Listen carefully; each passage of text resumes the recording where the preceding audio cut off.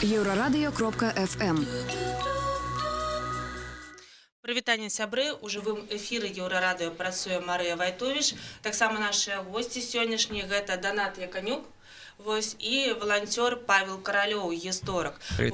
А тэма сённяшняя наша вельмі сумная, гэта руйнаванне надмагілляў на вайсковых могілках у Менску, якое пачалося яшчэ ўлетку 2018 года.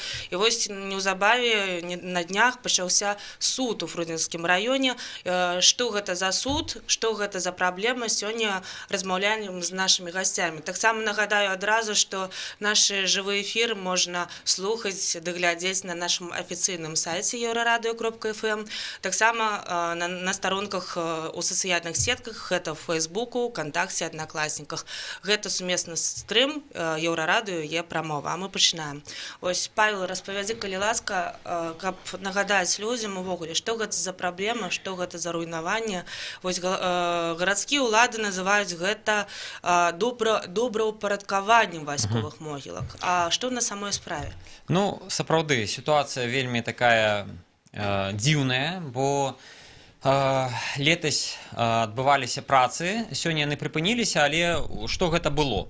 Гэта было фактычна зачыстка тэрыторыі, калі прыйшлі людзі з бензапіламі, з рознымі ломам ці нейкімі там кувалдамі, у прямым сэнсе слова, з такім інвентаром, і не маючы, так скажам, ніякага плана, праекта, яны пачалі дзеянне. А дзеянне заключалася ў тым, што ўсё, што на іх думку кепска ляжала, стаяла, можа быць штосьці ржавае, можа быць штосьці там крыху недагледжанае, або нават дагледжанае, яны цалкам пачалі зачышчаць, проста разбураць, резаць, і замест гэтых старых помнікаў яны ставілі такія пліткі, невялікія, які называюцца там часам падгалоўнік, надгалоўнік, але фактычна плітка з надпісам «Той, хто пахаваны», а часам і без надпісу.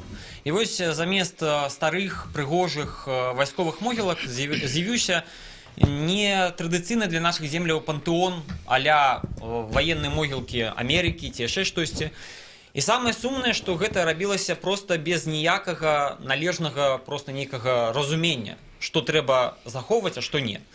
І вынік таго вынікам сталася тое, што проста дзесятак, а то і сотні цікавых помнікаў былі страчаны цалкам. І, канешне, праз месяц, праз паўмесяцы, праз пэўны час прыходзяць сваякі, якія бачаць замест нармальнага помніка зрэзаныя надмагіллі, агароджы і проста плітка, і нават не ў тых часам месца, дзе былі пахаванні. Все гэта прывяло да такога вялікага канфлікту супрацьстаяння нас, як валанцёраў, і спецкамбінату. Мы там, можна лічыць, што ваявалі. Мы пачалі самі фарбаваць. У нас былі сутычкі такія пастаянныя, перыядычна. Але, ўрэшце рэшт, мы пісалі велізарную кучу лістоў ва ўсе інстанцыі, і пракуратура, генеральная пракуратура пацвердзіла, што праўда на нашым баку, што працы адбываліся неадпаведна заканадаўству. І гэтай працы прыпынілі. Разам з тым мы не ведаем, што там будзе далей. Это яшчэ асобная праблема, але зараз ідзе як вынік гэтай суды, калі людзі, і гэта вельмі добра, пачалі адстойваць сваю праўду. Павел, а ты ўвогуле разумееш, чаму пачалося гэта добраўпарадкаванне і чаму менавіта так, па-вар'яцку трохі, так, нават не трохі, так, ставіцца да нашай спадчыны, да нашай гісторыі? Там некалькі прычынаў. Першая прычына, што гарадскія ўлады перыядычна глядзелі на гэтыя могілкі і ўжо некалькі разоў хацелі да іх так падысці. І, канешне, самая вялікая праблема для нашых уладаў тое, што могілкі, як і любыя другія аб'екты гісторыі, ён мусіць патрабаваць нейкага такога вельмі клапатлівага стаўлення. Это не зробіш наскокам, а гэта цяжка, бо гэта трэба падключаць спецыялістаў, вызначаць нейкія інструкцыі. Прасцей проста зачысціць. Таму першая прычына, што ўлады хацелі навесці парядак там, праўда, это стала горш. Другая причина, что есть амбиции у мясцовага настаяцеля царквы Александра Невскага, это Миколай Коржич. Справа тым, что не сакрэт, что апекунская рада царквы Александра Невскага прабіла, угаварыла ўлады пачаць там дзеянне. Для чаго гэта вось настаяцелю храма і можна лічыць справа ў тым, што вот я так заўжды разважаю. Уявіце сабе, вот вы служыце на могілках, дзе які запушчаны перыядычна, дзе шмат розных ёсць там, да прыкладу, дрэваў, дзе трэба пралезці, дзе няма вось параднага пад'езду шырокага такога, вось няма вот плітак пакладзеных, там лавак. І другая справа, калі ёсць усё гэта, гэта статус. І Мікалай Коржыч, вядома, што ён не так даўна быў другім чалавекам у царкве пасля Філарэта. Фактычна ён выконваў абавязкі. І зараз ён проста настаяцель. І, канешне, мне старшыня апекунскай рады сам казаў пра тое, апекунскай рады царквы, што гэта яны прабілі гэтую справу. Ну, такая сітуацыя. Дзякуй вялікі. Вось да нас далучылася зараз Ганна Іканюк. Ганна, так. Вось яна нам распавядзе, яна валанцёрка, так, яна была на судзе, які адбыўся калі? Пару дзён назад. 27-го. Дзякуй. Вось, Ганна, распавядзі, калі ласка, што гэта за суд? Хто там судзіцца? Чаму? Я ведаю, што ты там была і вельмі падрабязна вела стрым у Фейсбуку нават вось з гэтага суда. Распавядзі, калі ласка, нашим слухачам, як гэта ўсё адбывалася. Так, ну что ж, подключилась я к волонтерской группе в самом начале истории. Меня очень поразила новость, которая вышла по поводу того, что проводится на кладбище, каким образом это проводится. То есть, ну ладно, это отдельная история. Так, и с тех пор старалась участвовать всячески, ну и ждала, конечно, когда люди уже начнут как-то работать и возмущаться официально. Потому что случаев мы смотрели каждый день, практически трагедии людей наблюдали, которые приходили. Ну и у них были срывы у людей. Мы видели, как с ними общалась дирекция кладбища, что сострадания, сочувствия там не было в этом общении. Но это было тяжело наблюдать, и я ждала, когда вот, начнет справедливость останавливаться. Ну и, собственно, вот 27 числа впервые был прецедент, когда первые самые родственники уже непосредственно дошли до суда. Я очень горжусь этими людьми. Это, во-первых, 3 стойких человека, это герои. Они как бы сейчас создают прецедент, который будет важен сотням людей, потому что закон, он уже на всю Беларусь как бы действует, и просто в Минске начались первые работы. А так это все как бы втихую уже проходило на других кладбищах. Вот. Ну и, то есть угроза, она вообще для каждого белоруса есть, в том, что может произойти такое с могилой его родственника. Вот. Так что я поняла, что я должна присутствовать на таком суде историческом в этой борьбе. Мы зараз вернемся до суда, але я все ж таки попрошу дакладней так узгадаць. Калі ласка, вось ты кажаш, што ты прачытала одну навіну, што нешта адбываецца, так? Што у тебе былі за ўражанні? Я так разумею, што у тваіх сваякоў на магіле у тваіх сваякоў няма, так? Да. Вось, што было у твоих думках, так, чаму тебе так зачапіла гэтая тэма? Гэта вельмі цікава, таму што шмат людзей сядзяць, чытаюць навінкі, там, адбываецца нешта, адбываецца. Чаму ты увайшла ў гэты актыў, стала волонтеркой? Спасибо за вопрос. Но на самом деле здесь можно очень долго эмоционально как бы отвечать. Но вот я поняла, что для меня ответ просто таков. А как иначе? Потому что здесь касаются вопросы отношения к нашим усопшим. Здесь вопрос затрагивает отношение к живым людям, для которых эти могилы являются местом скорби, местом очень важной памяти. Ну а в-третьих, это вопрос культуры и сохранения нашей истории. Потому что мы еще помним со школьных времен, как мы изучаем древние культуры. Их очень важной идентификацией культуры был способ захоронения умерших. И если мы вдруг назовем слово пирамида, мы поймем, что это египетская культура. Если мы там скажем курганы, мы понимаем, что это значит, здесь жили славяне. И то, как сейчас выглядят могилы усопших наших предков, это след нашей культуры. И пускай даже там мы слышим выражение, что кресты сделаны из канализационных, извините, труб, я не знаю, как поворачивается язык у этих людей, так сказать, но уж да простят они наш народ, что он как бы после Второй мировой войны, не шиковал. И люди из чего могли, оставляли вот эту память своим предкам и уважение им выражали.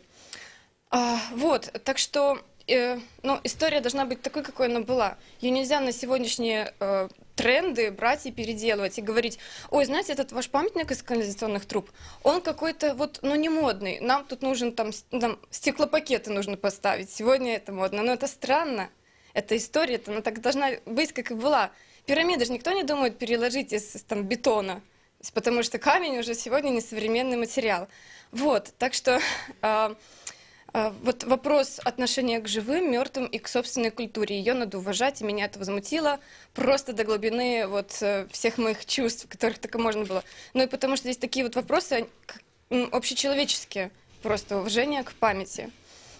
Я даже не знаю, как вот можно было иначе на это посмотреть и посчитать, что то, что лежит, это какое-то не богатое. Должно быть как-то богатое, причем на вкус, ну, специализированных учреждений. Оно должно как-то выглядеть. Ну и мы видим, как это сейчас выглядит, что зимой родственники даже, допустим, не находят, потому что подголовники высотой сколько, 30-40 сантиметров, Меньше и даже. даже меньше. 15, 20. Сейчас вот фото, весеннее фото люди сбрасывают с других кладбищ, где чуть меньше, вот, допустим, ухаживают за кладбищами. Ну и фотографии полностью заметенных этих подголовников. Или Мало под того, снегом не найти. да, а зимой под снегом их не найти. Под То есть это листьями. приравнивается к братским каким-то могилам безымянным. Ты приходишь на поле, и ты не понимаешь даже, где твой родственник. Раньше люди объясняют родственники: я по оградке, я по деревцу, я по соседним оградкам приходил и вот любил это место. А сейчас его просто отняли у человека. Дякую вялікі. Ми працягнем нашу тему пасля невялікага перапынку на навіны. Таксама паразмаўляем з Данатам Яканюком, у якога таксама там пахаваныя сваякі на гэтых вайсковых могілках. Вось слухайце нас, не пераключайцеся.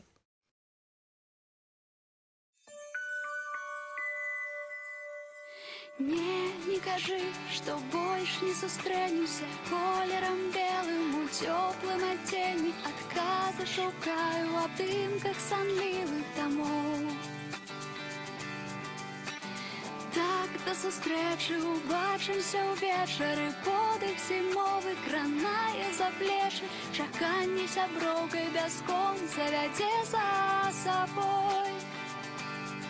Заспокой мяне шчырымі словамі сэрца ў далонь. Птушкай падаю, падаю, падаю я ў палон. Падаю, падаю, падаю я ў палон.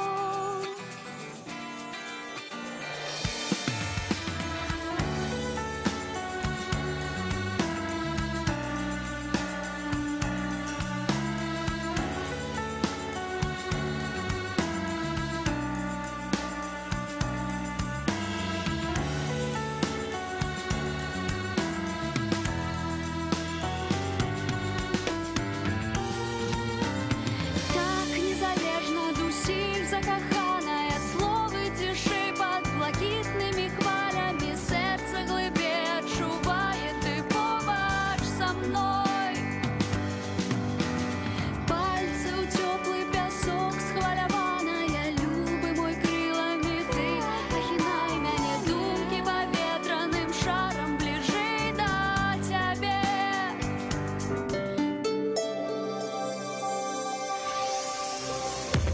Еўрарадыё. Час ведаць, што адбываецца. Вітаю, каротка пра асноўныя падзеі. Абаронца Курапатаў Зміцер Дашкевіч будзе ў студыі Еўрарадыё 13:05 пасля выпуску навінаў сярод пытанняў да яго, ці гатовы Дашкевіч пазмагацца за пасаду прэзідэнта і калі абвесціць пра свае амбіцыі. У Мінску прайшоў вечар памяці ў гонар адкрыцця помніка аўстрыйскім яўрэям. Нагадаю, што падчас Другой сусветнай больш за 10 000 грамадзянаў Аўстрыі нацысты прывезлі ў Беларусь і забілі ў лагеры смерці Трасцянец. Вечар праводзіла амбасада Аўстрыі, на яго і прыехаў 32-гадовы канцлер краіны Себасцьян Курц. На вечары прысутнічалі Себасцьян Курц, Сергей Румас і міністр замежных спраў Владзімір Макей. Румас звярнуўся да прысутных па-беларуску. Себасцьян Курц адказаў, што мы не можам больш адводзіць вачэй і выцясняць з памяці тое, што здарылася тут, на беларускай зямлі. Беларусь пазычае ў Міжнароднага банка рэканструкцыі і развіцця 90 мільёнаў еўра, каб мадэрнізаваць сістэму адукацыі. Такі ўказ падпісаў Лукашенко 22 сакавіка. У чым заключаецца гэтая рэформа, грамадству невядома. Ва ўказе падкрэсліваецца, што праект пагаднення не рассылаюць. За распаўсюд наркотыкаў затрыманая юная пара, 18-гадовы Мінчук і яго 17-гадовая дзяўчына з Тарасава. У іх сканфіскавалі 62 грамы альфа-ПВП. Маладыя людзі хацелі такім чынам сабраць на вяселле, але цяпер ім пагражае кожнаму па 15 гадоў пазбаўлення волі. Зборку рэактара на першым энергаблоку беларускай АЭС закончаць да канца красавіка. Першы энергаблок плануюць увесці ў эксплуатацыю ўжо сёлета, а другі на лета.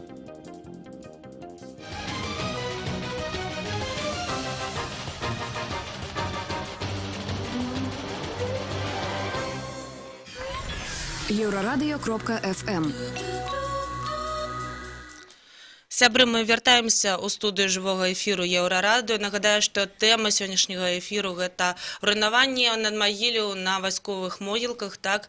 І мы працягнем нашу размову з Данатам Лявоновічем Якунюком, у якога там пахаваны сваяк. Таксама Данат Лявонович, ён кандыдат філасофскіх навук, ён выкладчык. Так, а хто у вас там пахаваны? Добрый день, шановная громада, добрый день, слухачы и гледачы.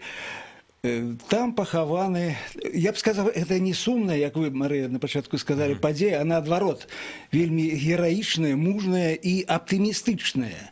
Таму што мне, напрыклад, зараз вельмі сцешна тое, што ёсць такія вось такой якасці людзі, як спадар Павел, Ганна, тыя мае калегі, у двухкосці гавару, якія вось вырашылі падаць у суд аб адстойванні сваіх канстытуцыйных, законных, заканадаўчых і так далее правоў. Пахаваны там мой дед Андрей Федорович Туровский, православный святар, протоиерей. Ён недолго служил, пахаваны в 45-м году, 12 чэрвеня. І вось не так много часу прайшло, як на апошнія там нейкія сродкі матухна Александра зрабіла вось гэтую самую каваную агароджу, крыж. Ну, крыж пазней быў пастаўлены на металічны, заменены драўляны на металічны, але там потым яшчэ і была падхавана, захаваны прах маёй маці, нашай маці. Нас тут двух, я і мой брат малодшы, жывём у Мінску. І, як бы гаворыцца, не апошнія людзі з інфармацыяй, з тэлефонамі, электроннай сувязі і так далее, адрасамі. Вось, і тое, што адбылося, я лічу паказчык пэўнай якасці тых, хто гэта зрабіў.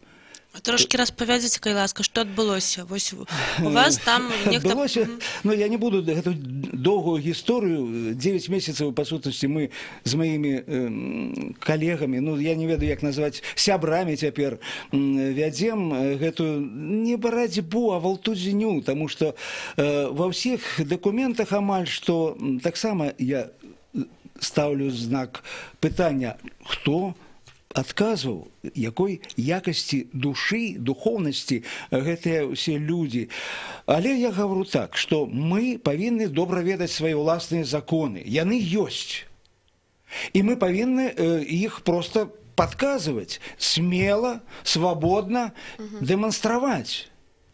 І па сутнасці гэта падмурак нашага судовага іску, заявы ў Фрунзенскі суд. Вось, і вось Маркевич і Сергеева, вось, магілы чыіх, зноў жа, як вы сказалі, Павел, амаль што, не амаль, а пад снегам не бачныя. Я зрабіў здымкі, іх няма. Это як бы таксама, альбо тут пытанне такое, ці свядома гэта, каб не бачылі беларусы сваіх, альбо не маглі на дзень народзіны, скажем, зімой, альбо на дзень анёла прыйсці, пакланіцца, і прозвішча, альбо просто вот такая блюзнерская якость свядомости вот тых самых спецкомбинатов. И самое сумное, на чале православны протоиерей, які займаў не апошнюю пасаду, як мы ведаем, пры Філарэце, і сёння Гэта той, хто павінен як бы класці руку на паству, на людзей, яго пакліканы як бы стваральнікам сітуацыі, хрысціянствам. Я не магу назваць яго айцом Мікалаем. У тым, што ён зрабіў, і ён аднекваецца зараз. І тут узнікае зноў жа, я так гавару смела, таму што я ведаю па расказах пра майго дзеда Туроўскага Андрэя Фёдоровича. Яго было 4 дзяцей, 3 дачок, 1 сын, дзядзька Віктор Туроўскі, заслужаны дзеяч мастацтва Літвы, музыкант ввогуле. Гэта быў, яшчэ раз, каб ён ведаў, Коржыч, хто пахаваны вакол, ён бы, напэўна, язык не павярнуўся бы папрасіць Тура, намесніка па ідэалагічнай рабоце спецкамбіната, спіліць балгаркай і утылізаваць крыжы. Больш за 2 метра вышынёй, 2 крыжы, там 2 пратэерэі былі пахаваны. І я памчаўся ў Гатава, гэты самы другі спецкамбінат па апрацоўцы гэта металалому. Конечно, там я не знайшоў. І зноў жа ўзнікае пытанне, а можа быць свядома, акуратненька спілілі, апрацавалі і... Там ситуация вельмі сумная. Я вот скажу, что просто насамрэч настоятель царквы попросил спецкомбинат спилить гэтые крыжи. Ты спілілі, вось так вось, хаця яны былі ввогуле не на тым участку, фактычна. Ну, хаця яны... Калі гаспадар Данат, я быў сведкам, прыйшоў да настоятеля і вот пачал пра гэтую сітуацыю казаць, што вот як это так, вот сказалі, што вы папрасілі, ну чаму? То там все вельмі проста адказалі, што гэта не мы, это спецкамбінат. Это спецкамбінат. Ну, тут атрымліваецца такая заганны ланцужок. Як бы той самы Тур, намеснік спецкамбіната. Намеснік спецкамбіната. Ну, ён тады кіраваў работамі, працамі на гэтым могілках, ось у той час. Як бы яго папрасілі, ён Коржыч ініцыятар гэтай сітуацыі, ён у свой час папрасіў сваіх рабочых. А сёння юрыст на судзе 27 числа сказаў, што ён выконваў работу па-за працоўны час. Быццам бы толькі ён. Неправда. І мы будзем даказваць, што гэта не маглі, па-першае, не ў працоўны час там штосьці працаваць, таму што ў 18 гадзін пачынаецца вечаровая служба і так далее. Это просто немагчыма. Па-другое, утылізацыя, так мовіць, на машинах, это толькі ў працоўны час.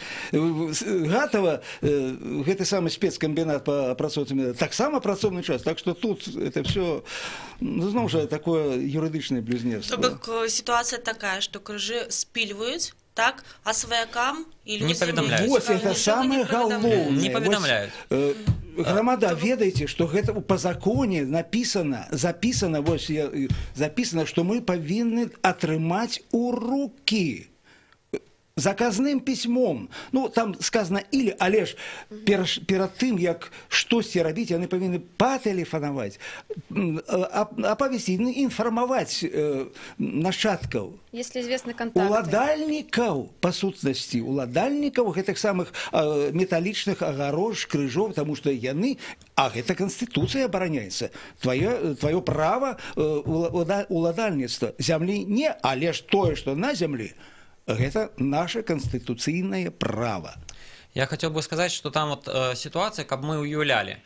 Яны 3 гады таму павесілі шыльдачкі, дзе папярэджвалі, каб прывялі ў парадак надмагільныя помнікі, або іначай будзе прыняты нейкі працы. Самастойна, да. Я калі быў тады, гэта было 2 гады таму, шыльдачкі яшчэ віселі, то фактычна палова могілак, літаральна, большая палова могілак была ў гэтых шыльдах. Это было вельмі страшнае відовішча, ты разумееш, што это все могуць знесці. Па-другое, калі яны пайшлі працаваць, яны бачна, што адышлі ад гэтых шыльдачак, то бок яны ўжо на іх не арыентаваліся нават. Яны проста пайшлі і ўсе могілкі пафарбавалі, зрабілі мазкамі такі фарбай на помніках, на крыжах, на агароджах, такія мазкі. Сёння яны апраўдваюцца, што гэта яны мазалі дзеля там нейкіх сектароў, да прыкладу, або, маўляў, каб выявіць, каб сваякі, ну, звярнулі увагу, чаму яны не сочаць. Ну, насамрэч, уявіце, вот на вашых помніках, на вашых блізкіх сваякоў, вы прыходзіце, а там хтосьці фарбы памазаў. І гэта лічыцца нібыта нармальна. Насамрэч, яны рабілі гэта перад тым, як ісці балгаркай, каб проста будаўнік ведаў, што піліць, вот просто візуальна. І сёння вы можете прийти на вайсковыя могілкі на вуліцу Козлова і пахадзіць і паглядзець, колькі там знаходзіцца яшчэ гэтых мазкоў і на што яны іх пазначылі пад знос. Трэба сказаць, што гэтай сітуацыі магло бы не быць, калі б яны кіраваліся законам, бо у законе, па-першае, трэба сказаць, што гэтыя могілкі не толькі яны маюць не толькі статус как вот, ну, вот некрополя, да, гэта яшчэ гісторыка-культурная каштоўнасць. Яна мусіць абараняцца законам. Гэта помнік другой катэгорыі, мае такое рэспубліканскае значэнне. І ўсе магілы аўтаматам з'яўляецца ёсць ахоўная зона, і ў ахоўную зону ўваходзяць не нейкія могілкі, да прыкладу Купалы, Коласа, а ўсе могілкі, то есть ёсць межы гісторыка-культурнай каштоўнасці, это все могілкі. І мусілі быць працы, таму трэба не толькі кіравацца законам аб пахаваннях, нам толькі на яго спасылаюцца, але яшчэ ёсць кодэкс аб культуры. І там ёсць 110 артыкул пагаршэння умоў успрымання аб'екта, вось што пагаршае умовы, а той, хто пройдзе зараз праз трамвайную лінію на Козлова, пабачыць, як яно пагоршылася ўспрыманне гэтага аб'екта. Ёсць артыкул 74 і многія іншыя, які проста парушаны. Это кодэкс аб культуры. Но яны парушаюць не толькі кодэкс аб культуры, яны парушаюць свае нават унутраныя інструкцыі, якія мы адкапалі, вось Ганна адкапала. Гэта інструкцыя, як праводзіцца інвентарызацыя. Справа ў тым, што там такі момант, што могуць быць прыбраны, я цытую, артыкул нумар 22 закона аб пахаваннях, могуць быць прыбраны пахаванні, ступень разбурэння якіх выключае іх рамонт ці аднаўлення. Просто немагчыма аднавіць. Вы прыходзіце, але можна палічыць, што кожны ўспрымае па-свойму. Я лічу, што можна аднавіць, а хтосьці кажа, што не, это немагчыма. Ёсць канкрэтнае, ну, так ці іначай, пералік, што можна, што не. І вось я вам цытую гэту інструкцыю, якую яны проста не выконваюць сваю. Гэта тое, што можа быць знесена. Тое, мусіць быць наяўнасць некалькіх такіх умоў. Першае, канструкцыя надмагільнага помніка разбурана цалкам або часткова да стану, які пагражае падзенню. Вот калі мы бачым помнік, які пабураны настолькі, што ён зараз упадзе, ось просто літаральна можа упасці, это да. Да прыкладу, яшчэ надмагільная агароджа або нейкія элементы іншага добраўпарадкавання, якія разбураны больш, чым на палову. Мы бачым агароджу, якая на палову яе няма. Вось тады ўзнікае пытанне, што, магчыма, да, яе можна вось прыбраць.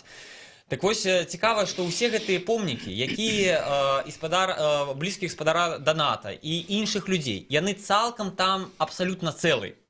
Там ёсць асобныя помнікі, якія можна замяніць, но гэта будзе 1%, ну 2% ад усіх могілак, но ніяк не палова. У нас была вельмі цікавая сітуацыя, калі мы на вайсковых могілках працавалі, мы спрачаліся, там ваявалі, можна лічыць, але пасля пайшла такая пэўная згода-незгода, але яны сказалі, спецкамбінат, брыгадзір, давайте вот кажыце нам, што рабіць, мы тое будзем рабіць. Ну, добра, вы не хочаце, каб мы зносілі вось гэта, што яно нармальнае, добра, але давайте, нам трэба працу, нам не павінна быць простое. І мы хадзілі з ім, і я не мог знайсці яму працу. Таму што там усё ў нармальным стане. Не настолькі запушчана, каб немагчыма аднавіць. Я кажу, вот бачыце, вашай працы проста няма. А тут узнікае пытанне, на гэта ідуць грошы, на гэта ідуць ресурсы. І гэта робіцца, мала таго, што это грошы ідуць, самае галоўнае, што гэта проста нівеліруецца ўся спадчына, бо калі я еду ў нейкую, там, вот Парыж, да прыкладу, прыязджаў, іду на могілкі, шукаю магілу Валентія Ваньковіча, шукаю магілу Хайма Суціна, вядомага мастака. На гэтых могілках, дарэчы, вайсковых пахаваны ягоны настаўнік Кругер. І, карацей, гэта проста нідзе, ні ў якай еўрапейскай сталіцы, это страшны сон, уявіць, што там узніклі гэтыя падгалоўнікі. Это был бы проста нонсенс. Могілкі Росы узгадаем, Павонскі ў Варшаве, Ракавіцкі могілкі ў Кракаве.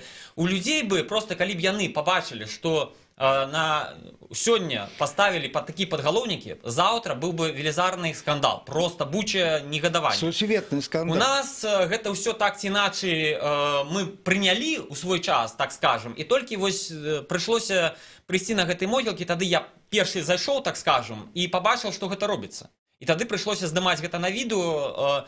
И самое цікавое, что вот в суде доказывают, что вот спадара доната могилы вось гэтых сваякоў, что, маўляў, да, это яны неправильно зрабілі спецкомбинат, а вось іншых людей, маўляў, там были нейкая аварийная ситуация. Самое цікавое, что яны кажут, что немагчыма гэтую могилу было уратаваць, помнік уратаваць. Мы маем там десяток помнікаў, якія яны хотели знесці, пілілі балгаркай, ёсць следы ад балгарак, якія мы прыпынілі і зараз зрабілі отмостку. І яны просто прыгажосць. Просто сапраўдная прыгажосць. І вот это такая хлусня, лухта, это такое просто непавага. Гэта уявіце людзей, калі вы прыходзіце, шукаеце свой гэты падгалоўнік узімку, вы будете откапывать палову могілак, каб яго адшукаць. Знайшлі падгалоўнікі. Яны, калі пасля дажджу або снега, яны не бачныя. Яно выцветает вот за воды надпіс. Вы мусіце, знайшоўшы 5-7 падгалоўнікаў, пастаяць і пачакаць яшчэ хвілін 20, каб яны прасушыліся і зразумець, а дзе ваш там сваяк? А калі дождь ідзе, яны не прасушыцца. У мяне ёсць таксама, я прапяню, нам засталося літаральна 2 хвілінкі, і я хочу запытацца ў Ганны. Ганна, ты была на суде? Скажи, калі ласка, вось у тебя ёсць адчуванне, што гарадскія ўлады ставяцца да гэтай праблемы абыякава? Вось пасля гэтага суда. Так. Сейчас надо понять так, чтобы корректно еще ответить. Так, покольки скажите. Со мной, то да. Я так не могу сказать, что абыякова ставится. Яны ставятся просто по-своему, так можно сказать. И яшчэ сёння, ну, перед тем, как отбудется сапраўднае альбо основанное першее пасяджэнне судовое, тады можно сказать, что як яны ставятся докладно. Але ж сёння мы маем ситуацию, калі спецкомбинат, як дзяржаўная установа, по сутнасці структура Мінгарвыканкама, ну, спрабуе адысці, ну, як бы абеліцца, так мовіць, зрабіць все на станоўчы лад, быццам бы яны не вінаваты ў гэтай сітуацыі. Але, сябры, я прыгадаю словы Владимира Караткевича, узнёслыя словы: на Беларусі Бог жыве. І памятаеце пра гэта, слухачы и глядачы, что мы смелые, и у нас есть нормальная конституция и закон, нормальная, якія трэба падтрымліваць и переследовать, и обопираться на их. Я скажу только апошняе, вот что хочу сказать, что такое ражение, что спецкомбинат и Мінгарвыканкам пока не поменялся кіраўніцтва, мы пакуль новый падыход не ведаем, але спецкомбината застаецца такое меркаванне, что нібыта яны все рабілі правильно. Яны молодцы, яны уклали грошы, а то, что их спыніла прокуратура генеральная, сказала, что в этой працы, вот у меня на руках лист, что были вызначены порушения законодавства, что можно было обновить, отремонтовать, яны это знищили. Вот есть, ну, просто радки, вот, отказ Генеральной прокуратуры у меня на руках. Нібыта гэтага не было. Вот такая, ну, дивная ситуация. И могу я еще добавить сейчас, хотелось бы поделиться все-таки со всеми белорусами, ну, нашим опытом и подсказать вообще, куда смотреть, где вы можете найти то, как бы, какими правами вы обладаете. Конечно, там есть и обязанности, но в первую очередь права. Значит, сейчас обращение с всеми кладбищами, оно происходит в рамках закона о погребении и похоронном деле. Этот закон, он общедоступен, вы всегда можете его найти в поисковой системе и прочитать. Вы увидите, как бы, какими вы обладаете правами и на что вообще имеют право специализированные организации. Да? Вялікі дзякуй. На жаль, наш час уже скончыўся. Так, наши гости сёння гэта Донат Яканюк, Павел Каралёў і Ганна Толчыкова, якія змагаюцца за захаванне кожнага надмагілля на вайсковых могілках. З вами была Марыя Вайтовіч. Дзякуй. Дякую.